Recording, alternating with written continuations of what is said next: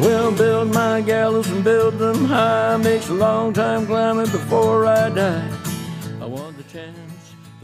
Hello, folks. Hello, Colin. Hey, mate. How you doing? How's it going? All right. Not bad. You enjoying a bit of music there at the start? I couldn't hear anything. Oh, could you know?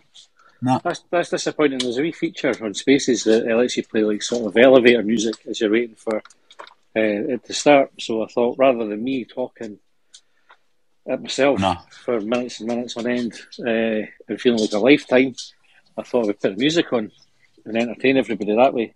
But if couldn't people could hear it, it, well, that's a shame you missed it. It was mind-bending stuff. Anyway, thanks for giving up your evening, Colin, to do this. This is our big live Derby preview. We'll record this and put it out as a podcast episode, so anybody that's not able to kind of catch it while it's on Twitter will be able to pick it up on the podcast players. Quite a lot to get through, Colin. I think this is probably the worst I've felt going into a derby in ages, and they were pretty grim going into the last one. But I probably feel worse about this one than that one. What about you? I'm ignoring it. This one, I felt worse the last time. This time I've not concerned myself too much with it because I talked myself in the last time into thinking they're not as good as we're all worried about. And when a team is down like that, a derby's usually the game of the turn it round, and then we got fucking smashed. So that made me think, that's a lot of shite. That it's only when it's Hearts that are shite that they get their way. I think there's on record. There's probably about 2 or 3 times where we've done it, and the rest of the time we've been victim of that theory. Aye. Which is good. So, no, I've not been thinking about it too much deliberately. I've just thought, I'm not going to, because you can't fancy it. Like we all the days talk about in the podcast about how much a mess we're in. So how can we all of a sudden start thinking, we've got a chance? Do you not get that wee bit of optimism though? I will. It's middle of the week still. I think towards the end of the week I'll probably Saturday I'll start talking myself into it. Well, boxers, what is it they call it? A puncher's chance. Puncher's chance, aye. I always think there's like a kind of a curve to it on as you come in. So there's the initial dread, and then you start to build up and think, actually, we'll probably be all right. And then as the game approaches, you think, we're fucked again. That's kind of how I go with it. Aye. Did you think we would have some signings in by now? Yeah, aye. Well, was it the 17th or 18th or something? The day of it? 18th today, aye. Aye, 18th, so yes. I was thinking, but then I don't know. The club obviously decided they were changing strategy with the recruitment, but then they never changed it. So I don't know if that's slowed things down because they're back to doing. They probably know what to do too much because the new guy or woman that comes in might no fancy all that. You know, like the recruitment for the recruitment point of view. The manager thought about the recruitment. The director of football might come in and go, why did you sign all they fuckers in January? I suppose they can't stand still, can they? I mean, that's almost the one option that's not really an option. Well, we're currently standing still, or actually, regressing. Could you argue we're regressing because we're getting rid of players? But then I'm not disappointed about anybody that's left, really. But we've got lesser squad now than we did have on the first. Yeah, fewer options. I mean, well, the quantities went down. The quality's probably still about the same. Aye. Right, well, we'll start talking about the game in a wee second, just to kind of open up to everybody. This is, if you want this to be as interactive a session as possible, if I can say that without sounding like a total corporate wanker. It's not like I'm doing training, standing in a conference room in front of a fucking PowerPoint. No one like that, but the whole point of the Twitter Spaces is to kind of get a range of views away from mine and Colin's. Where we kind of talk about ours on the podcast and where we get to monopolise that. And so this is an opportunity for us to kind of hear what everybody else is thinking. So if you're on your phone, you can request to speak. I think it's the bottom left of the phone. And come on, the only rule that we have is no dickheads. Right? So I don't know obviously the demographic, every listener assumes all Hibs fans. There might be a few Hearts fans who are tempted to come on. Don't bother. This isn't a platform for you. You can have your own platform, do your own one. You didn't need to come on ours, and it's really not as funny as you think it is if you come on and go, use it off fannies and show your derbies. We ken that, right? So save yourselves the bother and save us all the fucking bother and don't fucking bother. So with that out of the way, and also if you come on, just accept that you'll be on the podcast as well. So Leon, you just come on, mate. How's it going? Thanks. How are you? Good. How are you feeling for Sunday? I'm always wildly optimistic, so I'm not trying to get myself too down about it. I think, like Colin said, you've got a boxer's chance, whatever the saying is. There's always that. I always look back to the semi-final with Rangers, going through Hampden on that bus and being like, "What? We're getting nothing here, absolutely nothing," and then absolutely smashing them. Again, and I mean, obviously with that, though, we had some really good players, even Boyle turned up. But look, I think we've got to remember Kevin Nisbet's in absolutely top form. If they can cut out the mistakes at the back, because it was mistakes at the back that cost us the game last time. If they can get rid of that, it's just Porteous is back. I just hope Johnson plays him at the back and just tries to get the midfield into like runners and stuff and workers like Campbell and make it a battle and hope that the chances fall at Nisbet's feet. And then if it plays along that way, we've definitely got a chance, I think. I'm not totally downbeat about it. I think it's a big ask. I think there's a lot of ifs in there. Like if we cut out the mistakes with the defence, is there a fancy the defence to do that? Like you look at I don't even care who's going to be in the defence. It depends whose names come out the hat when Johnson's picking the team. I'm going to bring in Dave. Leon, stay on, and I'm going to bring in Dave and just get Dave's thoughts on it. Dave, how's it going? I'm good, mate. I'm good. My thoughts on it. I'd love to be as confident as Leon. He's probably the most confident guy on here, to be honest. No, I can't see us getting anything from it, and that's based on not the fact that it's just a one-off game, but it's based on the last few games. That performance against Dundee United is as bad as I've seen us play. We're completely disjointed, and when it comes to defending, it's not the actual people that are going to play in defence. It's the way we defend as a team, which I think is just all over the place since Johnson's came in. I don't think he knows how to set up a team up to defend from front to back. So they'll get chances, and we know if they get chances, they'll score because if we give a team 3 or 4 chances, we tend to let in 2. So there's every chance we could score a couple of goals. So I don't think they're that great at the back either. But if there was any way that he could have just held on to a defensive midfielder going into this game, we might have had a chance. But he's going to do what he always does. He's going to end up playing Porto in there. We'll have nobody at the back. I think Hanlon's still injured. So God knows what the formation is going to be like when we turn up on Sunday. I think the main idea is to basically get to the Albion bar as early as possible and hope you fall asleep before the game. Just numb the pain. Aye. Well, Joe Newell's suspended, so there's definitely going to be a change in midfield. Dave, who do you think is going to come in there? Well, GDH will come in. Barrels will come in there. I think he did all right in the last 15 minutes or so that he was on in the United game. He can put his foot on the ball, he can pass it, but he's not a DM. He's another number 8, like kind of Joe Newell is an average number 8. But we'll have nobody in there that can actually, stop them to playing, which is why I think he'll put Porto in there. So yeah, I think it's going to be probably Porto, Doyle Hayes, and Campbell. Don't know. Colin, how are you feeling about midfield? The Porto, Doyle Hayes, and Campbell. Oh no, it's fucking brutal, eh? It's brutal. Campbell's the best of that because Purchase is a good defender, well, decent defender, but not a midfielder. I don't think so. I'd have Purchase back in defence, and I don't know. Do you go? You could go 3 at the back. Why are we talking about formations? That's boring as fuck. I can't. But we're obviously at the point where we try to piece together how we're actually going to get a team out that can compete.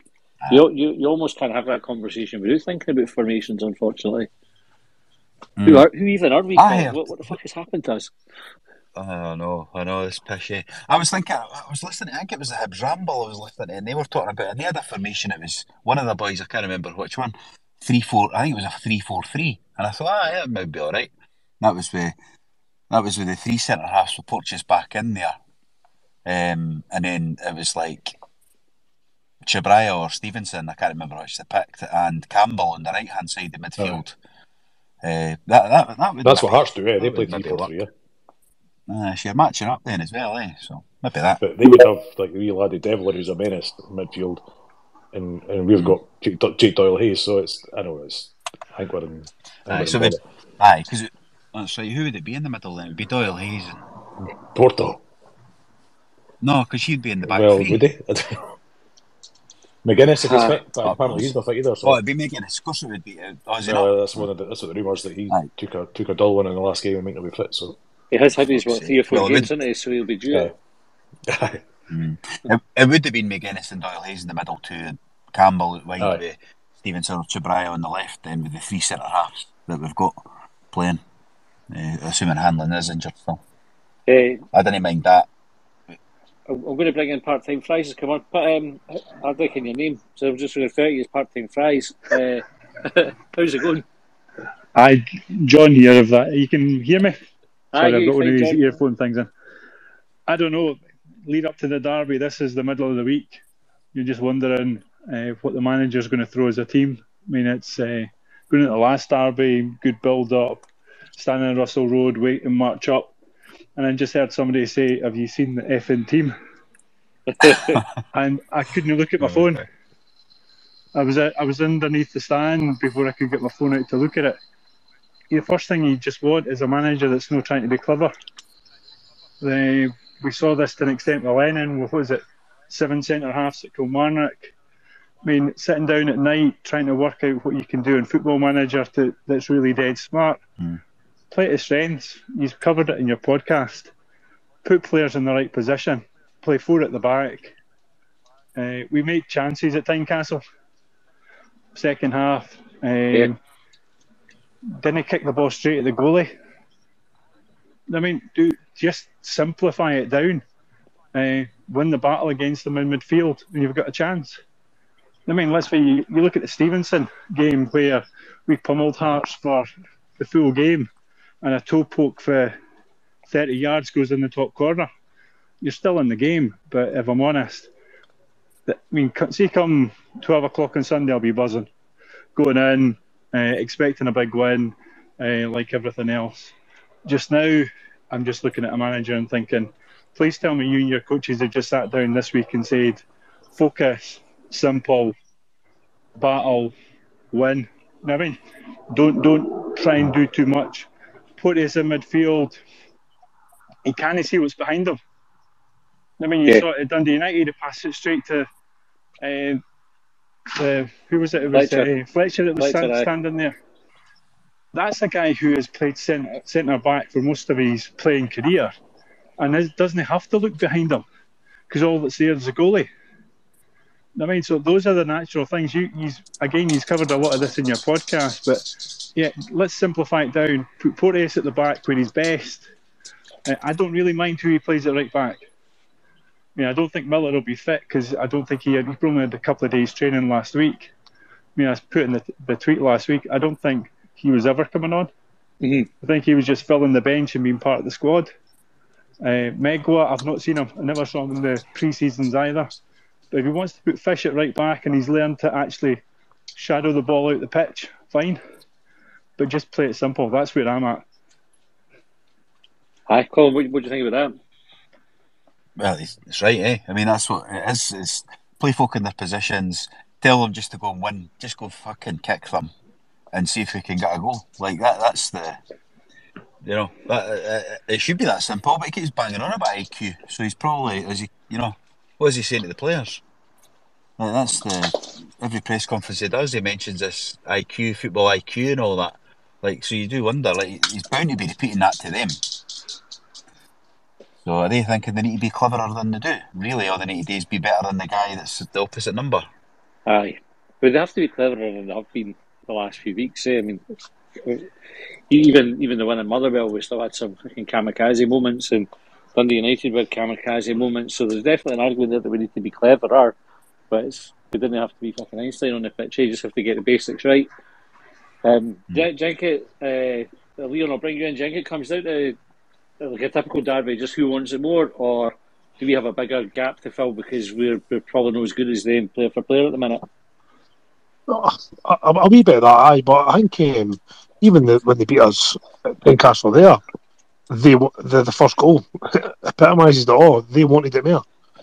Fish wanted that boy just to go out. He was just going to was going to walk out, and Devlin's like, "No, I'm taking this. I'm going to try and get a nick on this ball." And every derby can be a rush. They're always rushed. There's no many derbies you sit back and say, "Oh, that's some fantastic football played for both sides." You know what I mean? Especially when I have Hearts derby.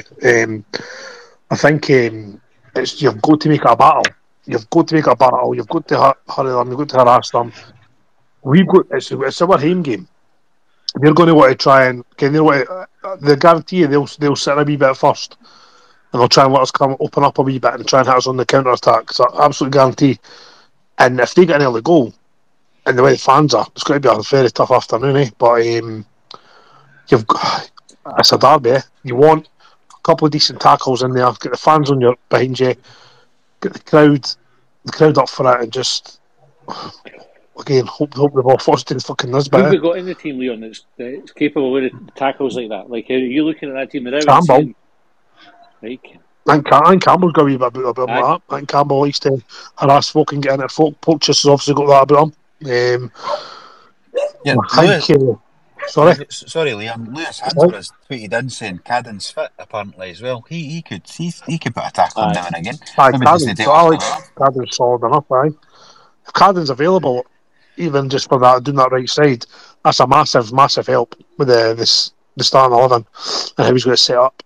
It's mad that we lost Cadden and then all of a sudden we're playing Fish and all that at right back and fucking we went lose Cadden. But I mean, like, and the options for right back I've went for, we didn't really fancy Cadden at right back, but we've now got nothing, and it's like it's happened overnight, and the balance has been all over the shop.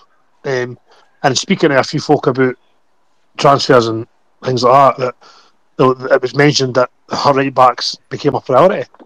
And I think they've maybe looked at that and thought, well, okay, what? Having the right back position cemented with a good player then pushes other players back at the right positions. It's an interesting one with Cadden coming back, because you can see probably that opening up a three at the back more easily, because you can play with Stevenson and Cadden on the left and right, or Chabraya and Cadden left and right. Do you think, Dave, I'll bring you in and I'm going to get Andrew in. Dave, do you think Johnson will approach this with a view to keeping it tight rather than being expansive, or do you think he'll have a go? I don't think he knows how to keep it tight. So that's just, I've never seen a game where he's went out and played it tight, and even some of the games other teams he's been at that I've seen, I've never seen anything that would make me think he'd go out and just try and keep it tight and close at the back, or hold on to the midfield or whatever. He likes to play this kind of freedom to do whatever you want in the final third and just get the ball forward and at the final third as quickly as possible, which, you know, is fine if you've got a secure defence behind you. We've not got that just now. So yeah, I think it will be a similar game to what we saw in the last derby, and I know he tried to close it down a little bit in the second half, but it'll all come down to us taking our chances, I think. I mean, obviously Nisbet's on great form now. If we can create the chances, if he can get us maybe an early goal, that maybe changes the game as well. If they score first, I think we're in serious bother. But, you know, I'm trying not to be. I'm trying. The crowd will turn on. I think I'll. Hearts are winning 1-0 now. They just score goals, and that's what Aberdeen play at the weekend. And I'm watching them thinking, God, they're miles better than us because they've got a bit of dig about them. So, you know, if we don't score in the first 10-15 minutes, I'm concerned of what could happen to us on the weekend, to be honest. I'm surprised Cadden's back, because we were, our source on the Albion was telling us he was in seriously bad nick, and that's why they were going to take a right back.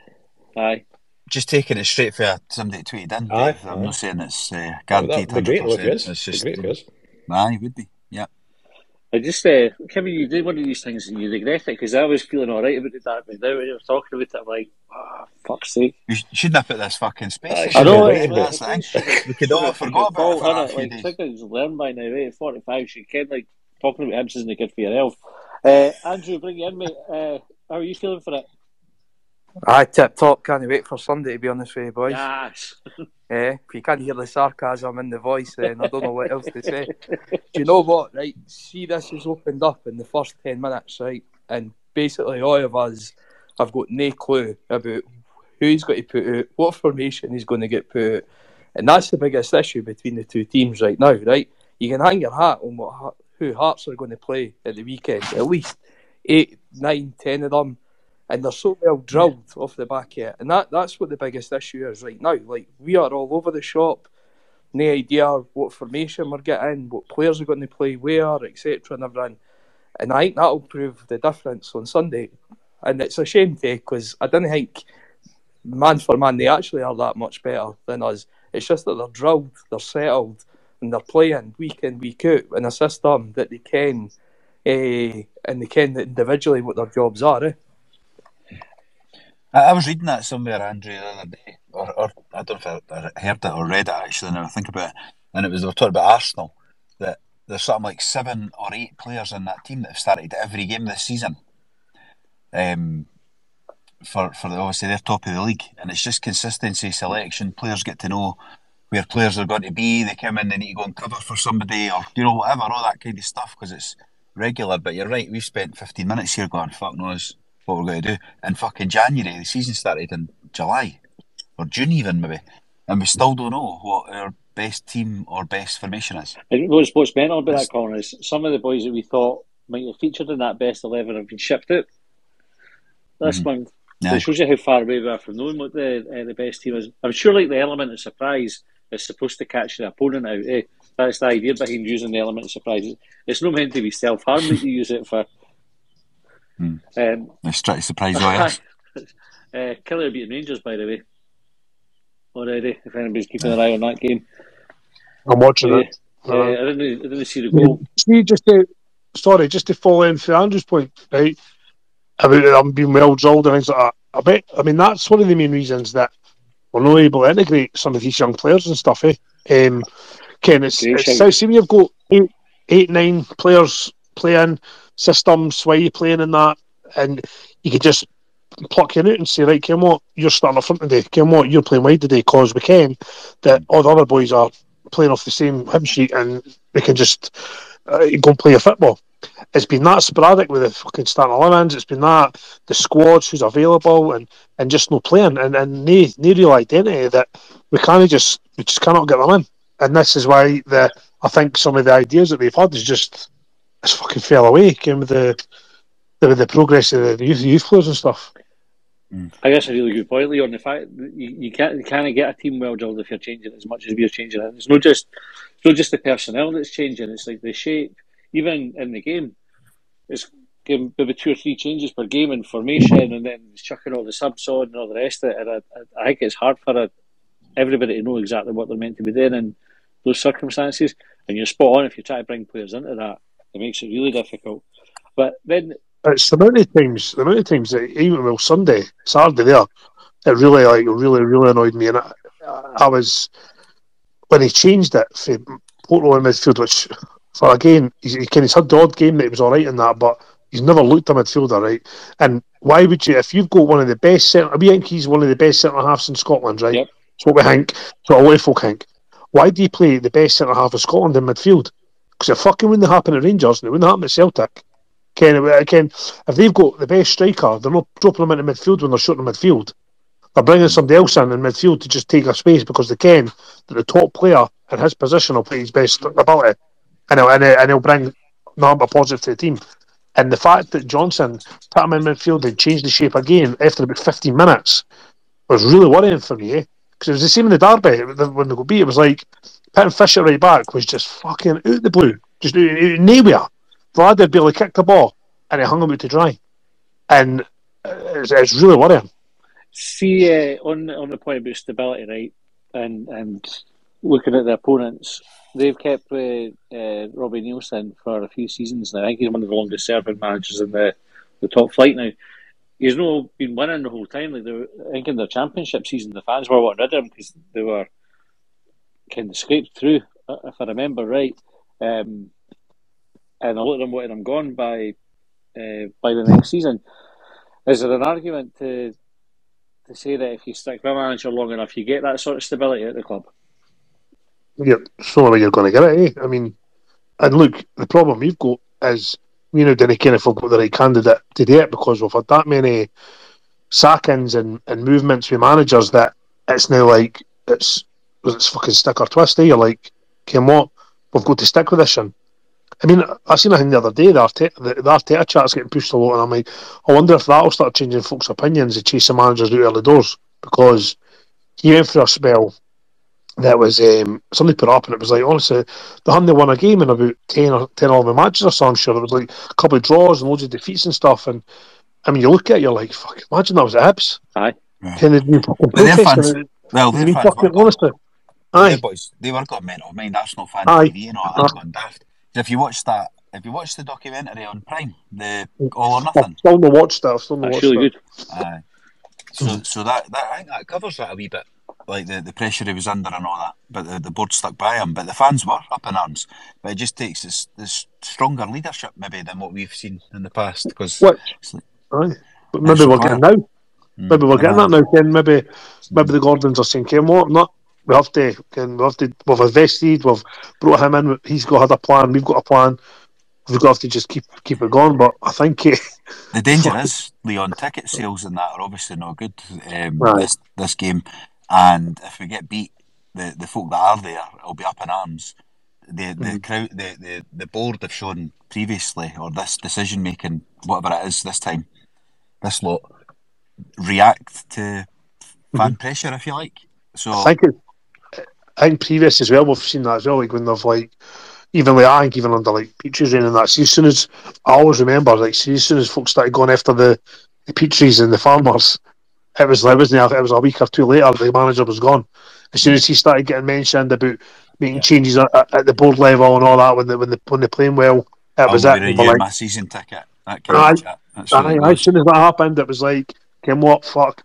Let's pull the wool over their eyes again. We'll just bring somebody else in new and start the merry-go-round all over again. Yeah, which is why we've had about 100 managers in 20 years or something. So. I love the idea. Like in clubs, I fucking hate Rangers. Right, I hate them. Fucking hate them. Right, but clubs like that, I've had like 10 managers in that. Like in their history or whatever it is. Since they started. Aye, it's unbelievable. It's mental, and you're like, that is like, it just shows you the quality of the club and like I don't want to say class because there's no fucking class, right? But and I kind of they're dead, and they're not the same Rangers, but.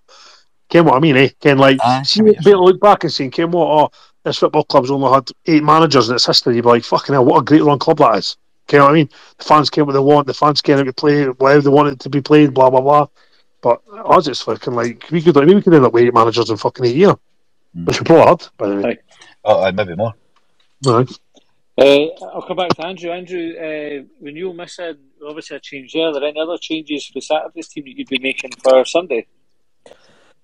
Do you know what?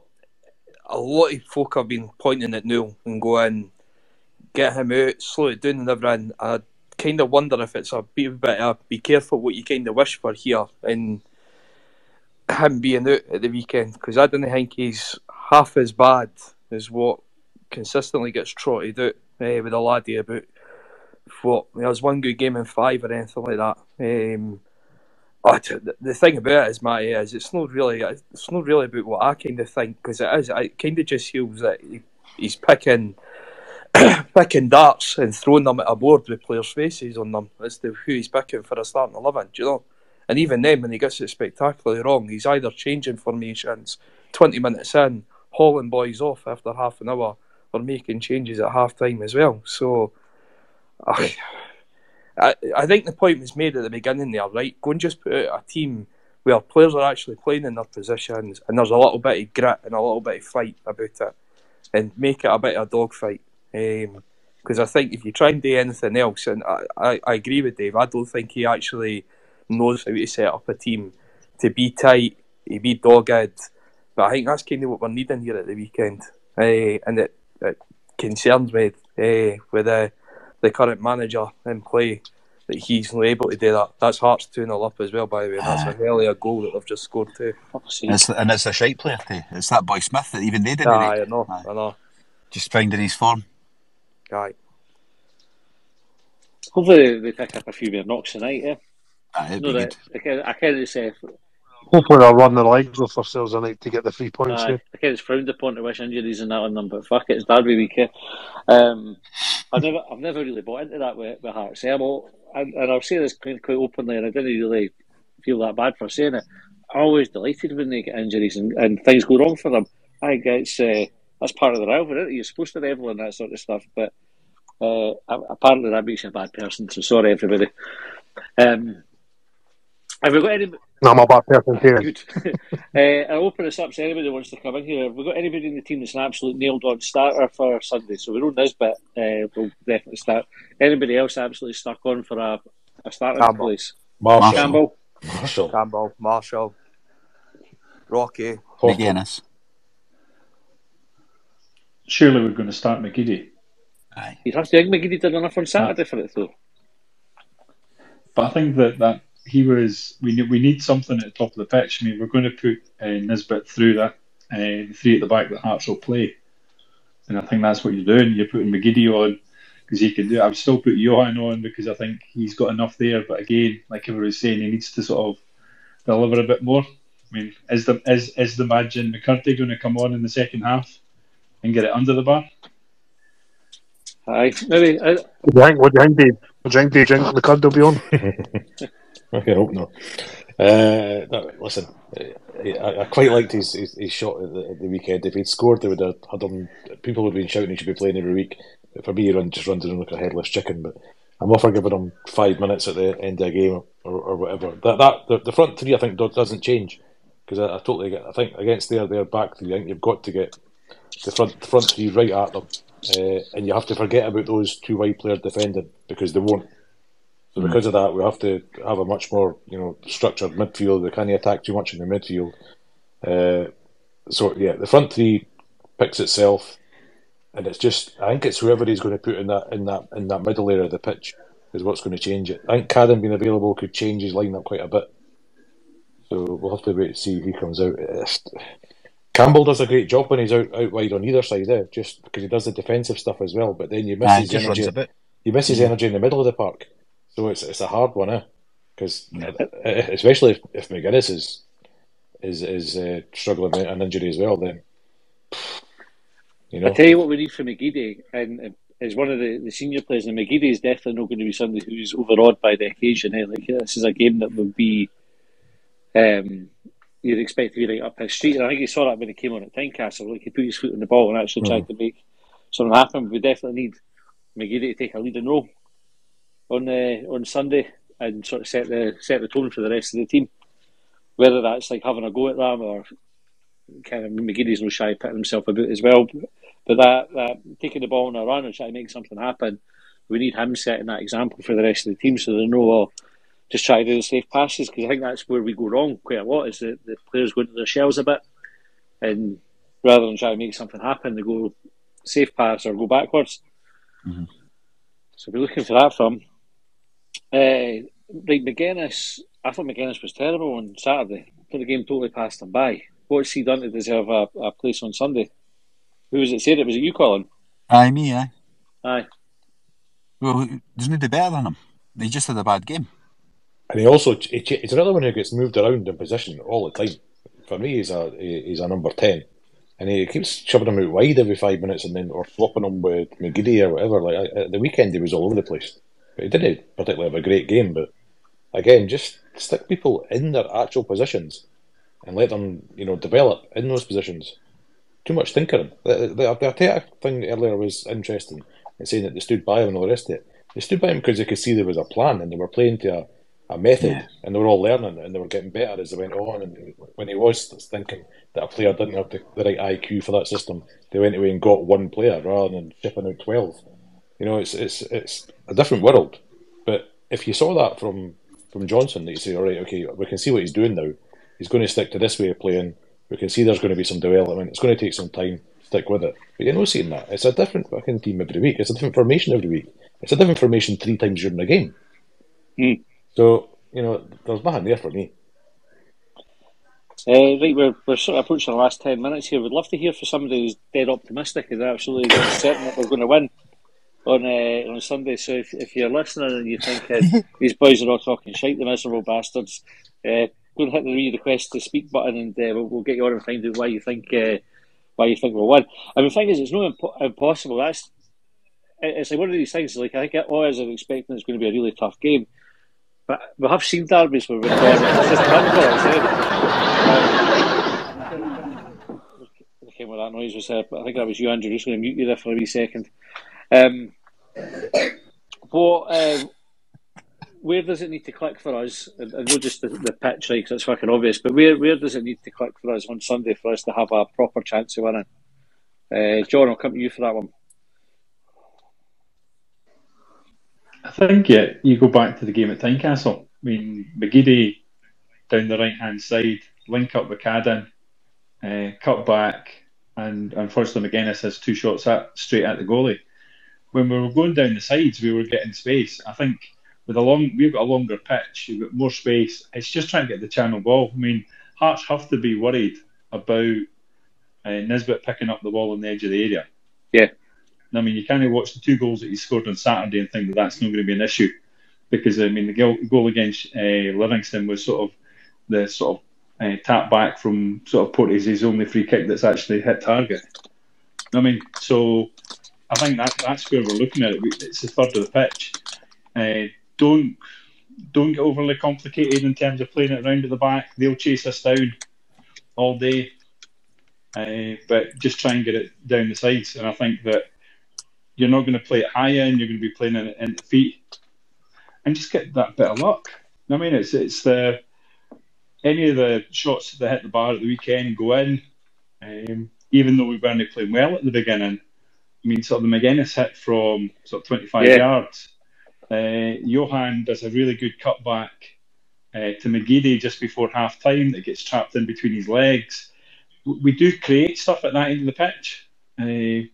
I don't really understand these stats that they pump out to say who's had a dangerous attack and stuff like this, but it feels as if we do. It's just the idea that quality isn't really there further back in the pitch, and that it is that 6th position. It's who's doing the McGeady job of picking the ball up for the back 4 and finding somebody going forward. I totally agree with that. What do you think, Colin? Aye, good points. I think we aren't too bad going forward. I think it's defensively we need to get our act together. We let too many silly goals in, or shite defending, and then that puts Nisbet under pressure to go and score 2 to get us a draw. But we've got goals. Like Nisbet can score them, McGeady can create them. Ewan's, I think, the top goal scoring creator or whatever, the assister or whatever they call it in the league. So we've got that. What we've not got is people keeping them out at the back. But then we do keep chopping and changing who's in defence, who's at right back. If our best centre half's in midfield, I think our keeper could be more commanding and help that out, because it is chopping and changing. He needs to be a bit more a leader there and organise these guys that are out of position a bit more. But I think defensively, including the keeper, need to do more. The game at Tynecastle, we've got a lot of criticism for Snodgrass getting the freedom of the pitch. Leon, would you be expecting that to be different this time, and maybe somebody assigned to do a job on him? Well, I'd hope so. I mean, I don't. You want to put your own game plan on and let that take charge. Ken, as in, worry about what we're doing going forward and what we're doing defensively. But I think, he's a dangerous player for them, but who do you expect on him? Because again, if they're going to do 3-4-3, you've either got to match that up or overload it in the midfield to sort of cover that. I think, which you could lose players going forward. So it's a hard journey. I don't know. So I think it's a funny game if you try and mark players. I think. I think if you're just if you stop them getting the ball on, can press them and tackle them, and they get the fucking ball and hit them hard. Aye, but I think he's definitely a dangerous player. Or somebody that we should have been looking at well before they took him. Like that's 3-0 to Hearts now. By the way, that's obviously the penalty. That one, the third one. Man, they got a few anyway. So I'm sure they get more than Rangers. I'm sure this season they've had more than them. Mm-hmm. Fucking grim. But I feel like it's weird in this league. It's like I can't remember. It's a fucking stupid thing to say, but the teams go through spells. He's getting like loads of penalties, and it fucking totally affects where they sit in the league. Which obviously, but you know what I mean? Like I remember, like Boyle went for a spell, like getting a fucking penalty. I felt like every week, and then we were doing all right. And then as soon as the penalties stopped, we stopped winning games. So it's like when folk we send the off in it. That's been our thing instead of penalties we've had. No, that's true. Is there a Hearts player we can target to try and get them wound up enough to get sent off? Halliday's going to be prime suspect for that, eh? The laddie Devlin. The wee midget Devlin. Is that a tactic you deploy if you were a manager? Would you be saying get in there fucking ear and just try and get them sent off? 100%. He'll do just like. I guarantee you, he'll be saying, right, see you're saying about Nisbet coming to the edge of the area and coming deep. 100% he'll be saying if he does that, take him out. There'll be target Porteous as well, obviously. Aye, because this will be his last one, eh? And last chance to win one. Aye. He's never won one as a Hibs player, apparently. I thought it was mental, eh? I was sure he must have featured in one, but apparently he was always injured when we won a few in that, so he's never actually played in one. Well, this is his one. In terms of significance, right, so Colin, we'll go to see if there's anything on the tweets in a wee minute just before we wrap up. But in terms of significance, obviously it's a huge game. Derbies are always big. It's the Cup, and because of the sort of season that we're having, a Cup run is going to be essential for us to sort of salvage anything from it. How catastrophic to the season would a defeat be, or how much of a boost would it be if we win? Dave, go to you first, but I'm going to be getting a wee thought for everybody in this one. So that's if we get knocked out, that's basically the season over, right? And when he's given his what do they call them, their KPIs or whatever, right, for the year ahead, it's semi-finals in the Cup and top 4 in the league, right? So we're out of both cups at that point, and you've got to say the way we're playing, unless there was a huge turnaround, I can't see us getting top 4 in the league. So it would be pretty much you're just, and this is the worry from before that we were chatting about, right? At that point, did the fans stop going? And suddenly you're only getting, the real amount of only like 9,000-10,000 at the games, and suddenly that's an eye opener for the executive and all the rest of it. So yeah, big concern. I think if they lose at the weekend, then it's seriously, it's pretty much game over for the season. John, what were you? How do you feel about it? The significance. I think the win, irrespective of how it comes about, will be a lift because, like everybody, you don't then have to keep looking at the draws to see who the hell have they got, or they don't tell me they're not going to win it again because it would just be murder going into work. I mean, I've got about 7 or 8 jambos round about me at work, and it's just a nightmare. Although they're trying to play it with it, we don't really think we're that good and all this sort of stuff. Yeah, see what they're saying tomorrow after the ninth result. I think that there's. I don't think a lot of them rate Nielsen, and they don't think they're playing that great. But you look 3-0 at home to Aberdeen at half time. I'd take that any day. Aye, I mean, and we're behind Aberdeen in the league. But no, I think that a win would be good. A loss, it doesn't matter how you dress it up. You're right, it's going to be the end of the season, and the club will have to then move quickly around about this director of football thing that they started thinking about in November, but only decided to do 10 days ago. I mean, whether that was their board meeting structure and stuff like this, I don't know. Maybe that's been the reason for the delay. They have to bring that forward quickly because I think everybody's looking for where's the progress. Cup final against St Johnstone seems to have been that point where we all just got peed off with the lack of progress, the promises that summer over recruitment that didn't come through. Start of the season it was okay, and then you lose Jack Ross. It's just been since then that the malaise has been in. Aye.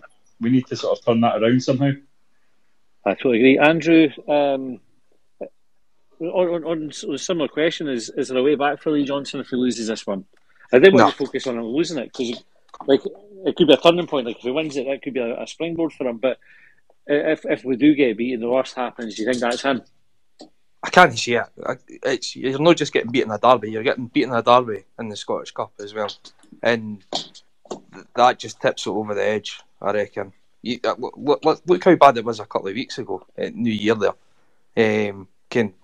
Hours after it, there's rumours of he was away, etc., and everything like that. And it was just toxic, whether you were on the message boards or social media and everything. It'll be twice as worse if they turn us over on Sunday. But you're right.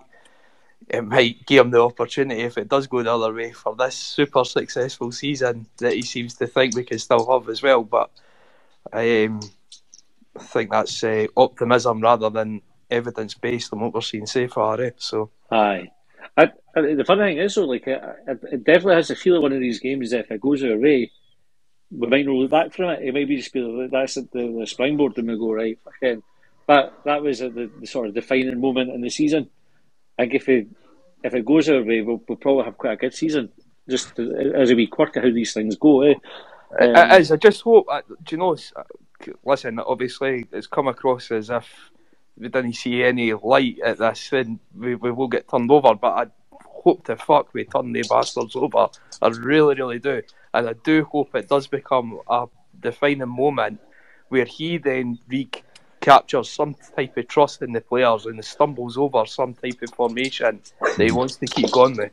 And on the positive, early rounds of the Cup we've done alright against them in recent years. So it's the later rounds we've had the problem, So like, try to be positive. Try to talk myself into it like I said I would already. Do you know, see if I didn't have them on in the background right now watching them scud Aberdeen, maybe I wouldn't have been quite as... Flick it over. Aye, we'll have a look, see what else is on there. Celtic's playing, Rangers are playing, there's other games in. I know, I can't watch the Ugly Sisters either though. So. Fucking 4-0 by the way. Is it? I think a good one will go tonight. I think they've used other goals up there. I think they've used other goals up the night. Here's hoping. Goodwin's got to be on a Sugarly Peggle call, eh? Oh, aye. I think he was anyway, but did they not win a couple of games and he gave Rangers a game at the weekend, so he was back in the good books, but they're doing like that. I mean, that's 4-0 at half time. It'll probably finish 5-1 or 4-2, 4-1 or something like that. That's how these games tend to go, but that's a hiding, I can see he'll be under pressure out the Cup. Well, they're not out the Cup yet, they're out the League Cup and out the and they're not going to finish third, are they? So he'll be under pressure. I think goes back to what Dave was saying earlier on about the importance of not conceding first. I think Hearts under Nielsen have got a definite tactic to try and throw everything at the first 20 minutes and try to get a goal and try to get the game, get in front as early as possible. I think they really try to feel their way into the game. I think they just go fucking all out, try to get in front early, and then and then they're in control of the game for the rest of the time. So I think it's really important we didn't concede first. I think if we concede early, it's going to be a fucking sodium. Leon, win or lose, what does it mean for the season? That's massive, Another massive game for us that seem to be coming every week. Again, I think we win on Sunday, sign a couple of players, everybody's absolutely buzzing. Like you see, you can hurt out of them, That's the thing, the unfortunate thing of being involved in following a football club that has a derby is you have to win your derbies, or the other team has to be doing shite or worse than you, and it makes you feel that wee bit better. Regardless if you're having a malaise or a shite season, if the other team's doing crap, you're not that bothered.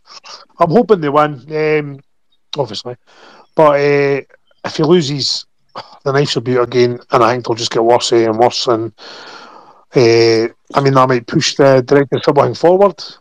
Again, what it's like, try to put good news out and stuff like that. They might be like, because I came for a fact they're not waiting to the summer. They might announce it before the summer, but they're not wanting to have it's not going to be start working closer to the summer anyway. Because there's no point bringing anybody in any other time. So I think they'll probably do that. They'll maybe pull something like that forward. I'll pull it forward, but I'll not have time to do anything because there's only fucking 10 days left in the month or something. Aye.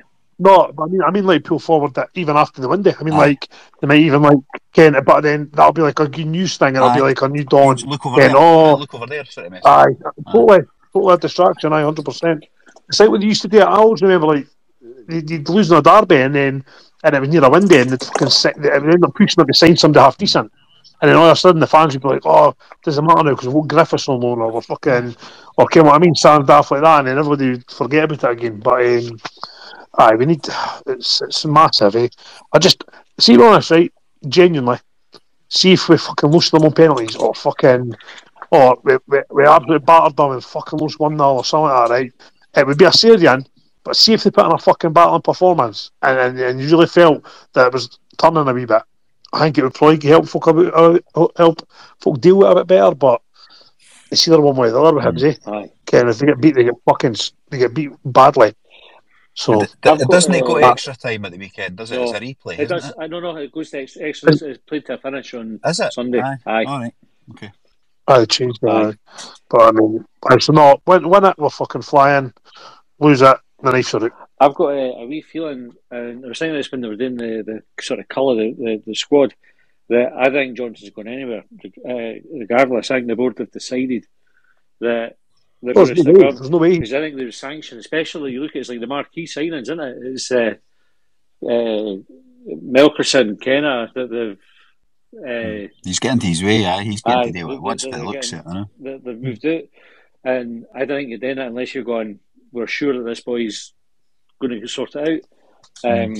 So I think, as popular or unpopular as a decision it will be, I think he'll be here to in the next season anyway. I think he'll get the end of this season into the summer. The thing is for that, though, I don't think you can say about. The thing is for that, though, Matty, right? That's done if they're brave, and the evidence doesn't show so far that they're not brave to hang on to somebody like Jack Ross. We'll not go down Maloney, but Jack Ross had one rough patch and they chucked it. So their track record as a senior exec at Easter Road doesn't say that when they bow to pressure. And I just think if he gets turned over, that pressure and noise is just going to be unbearable for all involved. And it's the guys at the top play again, like the pressure then. Sorry. I think they maybe learned for that though, like, and they've looked at it and gone, well, what if we had stuck with Jack Ross, or then no had to bullet Maloney quite so quickly, because they'll know what to just be churning managers every 6 months. You know, you can't run a club like that. And I think there's no reason to hold on to a bad manager, but I think as a leadership team, they've got to be looking at their role and going, fucking maybe we do something different this time. They've already admitted they go to the wrong way with bringing in the director of football and that. The director of football announcement, I think, has been like a bit like, right, we came with what went wrong, we came with what we need to fix, and it's not the manager. Do you get what I mean? Like, think of it as if the manager was that, if they didn't like the manager that much, they'd be like, came on, this isn't working. Like with Maloney, their statement with Maloney, we got rid of Maloney, was spot on. It's like they didn't see any change or any progress over a short space of time when it was needed to, and maybe they'll. And that was over the board. That wasn't just Ron Gordon and fucking Ian Gordon. Folk think they just sit in their fucking living room fucking discussing what's going to happen at Hibs next. You know what I mean? This was a boardroom thing that was getting voted on, meetings, chats. So it'll be the same again, and you'll probably find what you're seeing and what he's wanted to do and what they're doing. He's maybe asked for things as well that they've not delivered on. And then he's been like, well, my hands are tied behind my back. So they can't just go and say, well, fucking see it. Because people talk in football too. So, you know what I mean? Let's be honest. If Lee Johnson gets sacked, then fucking managers will contact him and be like, "Oh, see the Hibs job's up. What happened?" You know what I mean? So they're not enough reputation. Like you see, getting rid of fucking managers willy-nilly for no reason. And I think we're fucked at that much because we've got rid of Jack Ross when we shouldn't have, and then the Maloney thing was a disaster. Then we're back to sailing to a corner, and we're going to have to stick with him, whether he's fucking the right man or not, and it's fucking shite. It's a ridiculous situation to be in, eh? I mean, fucking hell. Definitely. Right, just conscious of time, Colin, was there anything through on the tweets that we want to cover off?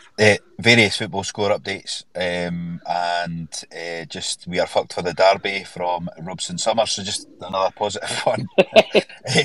Aidan Owen, get McCurdy off the payroll, so another positive one. And Lewis Hansborough has just said that he's not playing McCurdy in his right position, regular position. But we hear that a lot, you know, like about other players not playing. But I don't know what his regular position is. I don't know. You know, so it's just a wee bit of an excuse, I think, for folk that, because it's like if you're playing up front on a 3, like, is it really that different? You know what I mean? But anyway, nothing much positive. I haven't got nothing positive to add. So I hope the Hearts fans that were listening enjoyed it. They'll be at the Because game. believe it or No, I've had a wee scan down. There's Hearts fans listening. So hello. Hiya. You're welcome. Matty, would the first sign that Lee Johnson's maybe learning something is that he doesn't get photographed up George Street on Saturday night by one of our Hearts mates? Maybe we'll see. Maybe we got spies out on Saturday night to find out. I'll send a laddie. Aye, good. Right. Okay, just very quickly then, in the houses we'll get a score prediction and then we'll wrap up. Right, Colin, you first. What's the score going to be? 1-0 Hibs. Excellent. Andy? 2-1 Hibs. Splendid. Leon? 2-0 Hibs. Yes. Dave? 4-0 Hibs. And John? Yes, Dave. I'm going to go 3-1. Dave, are you in the Albion right now? Sleep in. I'll go with a penalties win for Hibs. Aye. Penalties. I was going to say 1-0. I was going to say 1-0 with a penalty because we're due one and they're not. Aye. Just, I mean, I suppose if there's a team you don't want to face in penalties, you don't want one that gets them like 2 a game or. But it's only the same guy that takes them. The rest of the night. That's true. Hibs to win on penalties then. Right. Thanks, folks, for. Who would take a penalty for us? I would imagine this bit would take it. He's missing against Liverpool, though. Aye, but everybody's missed a penalty. It's just he's a striker scoring goals. He'll take it back again. Can't have imagine it going down. So we don't think he'll go on the pitch by that point because fuck knows what Johnson have done. But I can't imagine to do it. He'll get them all to stand in a circle, he'll put a blindfold on, they'll spin him round and he'll just point and they'll go, right, stop, and it'll be whoever he's fucking landed on. Right, you've got a penalty. And then he'll just do that however many times it used to kind of get enough. Like a wee garden gnome. Similar to how I think they picked the team. Right, thanks everybody that tuned in to listen. Thanks guys for jumping on to speak as well. It's been good. I feel no more optimistic now than I did at the start of the night, which is a bit worrying. But then maybe as Sunday approaches, I'll get there. If you want to find our podcast, we're on Spotify, Apple, all the usual places. All the good ones or the bad ones, we're there. We're also on YouTube if you want to go and subscribe to our channel there. And if you like the podcast and want to get more, there's a wee link in our bio on Twitter where you can go and subscribe and you get our extra time content plus extra short bangers. I would love it if you did that. It's £3 a month, good value for it as well. Thanks folks for coming on. Enjoy the game on Sunday. Hopefully it goes our way. We'll be back to talk about it on Sunday night anyway. So we'll see you then. Cheers guys.